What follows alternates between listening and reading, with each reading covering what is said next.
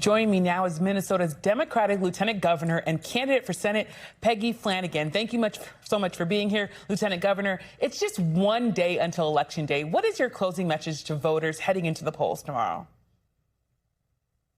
So this entire campaign has been about the many versus the money. I am part of the many, and I'm betting on us. You know, I haven't taken a dime of corporate PAC money, and the same can't be said for my opponent. This is the most expensive Senate primary in Minnesota history. About $20 million has come in against us so far. But what I can tell you is that I'm running to make sure that people can afford the lives they want to live. I want to get big money out of our politics, and I want to fight for, things like Medicare for all, so that people aren't just paying for health insurance, but actually have access to health care. You talk about this race being about money. The Congresswoman's campaign has spent significantly more money than your own, and you've suggested that she's bought and paid for by special interests. Do you think that kind of attack, though, makes it harder to unify Democrats, even if you win, especially those who hold similar positions than the Congresswoman? Well, I would say this. I think this is something that you're seeing all across the country, that, individuals know that corporate PACs, special interests, have tremendous influence in our politics. And I think, they've got great representation. It's the rest of us who need it. I think that's the root of so many things that we're facing in this country. Health insurance companies are funding my opponent, and, I support Medicare for all, and she doesn't. The crypto industry has weighed in this race. I think we need to have some pretty serious regulations on crypto. And Congresswoman Craig was the only Minnesota Democrat to vote, for the crypto bill that has allowed Donald Trump to enrich himself, to over $1 billion in his meme coin from the Oval Office. So I just think that people are ready, to be beholden only to the voters and no one else. And the best way to end Citizens United is to ensure that we are running strong grassroots, people-powered campaigns and winning. That's what we've done, and that's what I hope to do tomorrow. Talking about your campaign and who's powering it, you have the backing of outgoing Senator Tina Smith, as well as Senator Bernie Sanders, his endorsement. Take a listen to what Senator Sanders said yesterday. People are tired of the status quo politics and establishment policies. They want real change, and Peggy Flanagan is about bringing about real change, standing up to the big money interests. You are confident Flanagan will win? No, I'm not confident. I think it's going to be a very, very close race. Okay. I think she is being outspent 7-1. And under those circumstances, it's tough for anybody to win. So he's endorsing you, but a little worried about whether or not you're going to actually be able to win. What do you make of the senator's assessment, and how do you feel about this primary possibly being an uphill battle? Do you see it that way? Well, I think for, a long time, we've been underestimated. They're not underestimating us anymore with spending, $20 million in this race. We always knew that it was going to tighten up. But what I can tell you is that we've got a strong ground game.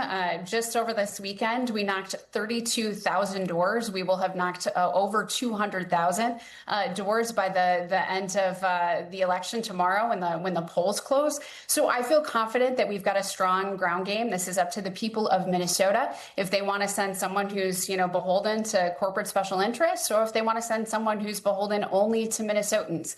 This campaign is about people being able to afford the lives they want to live. I've got a long track record of fighting for working families, and I hope to be able to continue that work in the U.S. Senate. Lieutenant Governor, a lot of your message is about change. Obviously, you hold a statewide position as Lieutenant Governor. Do you feel like that position has been a drag on your campaign? It's been hard maybe for some to see you as change since you're already in office? Well, I'd say this, my core, I've always been an organizer. And so while my occupation might have changed over the years, that's always been the same. The things that we've won on here in Minnesota, I co-chaired the campaign to raise the minimum wage when I was the executive director of Children's Defense Fund. We got that done. We indexed it to inflation. And so now every year over the last decade or so, the minimum wage has gone up in our state. They haven't increased the federal minimum wage in over 17 years. It's still $7.25. I'd like to bring that experience to the U.S. Senate. You know, when my daughter was still portable and on my hip, I was one of the co-founders for Minnesotans for Paid Family and Medical Leave. We built a coalition. It took almost a decade, but we got it done. And I think in Minnesota, we know that you get what you organize for. So if I'm a school board member, a state legislator, you know, running the Children's Defense Fund, lieutenant governor, or Siobhan's mom, I know what I'm working towards. And I think Minnesotans know that too.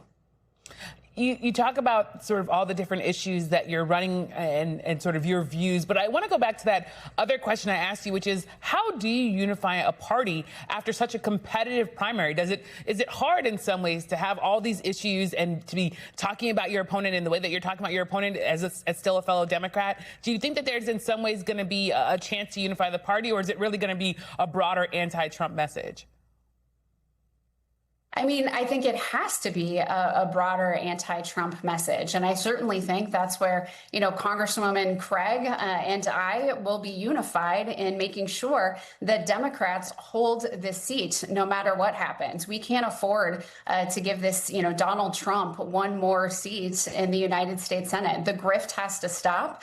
We will hold this seat. And if she is victorious tomorrow, I will absolutely support her. What is at stake is too much. And I think Michelle Tafoya will be the Republican Senate nominee going forward. She's completely out of touch with Minnesotans and with the average Minnesotan and what they're facing. And so the stakes are too high for us not to unify.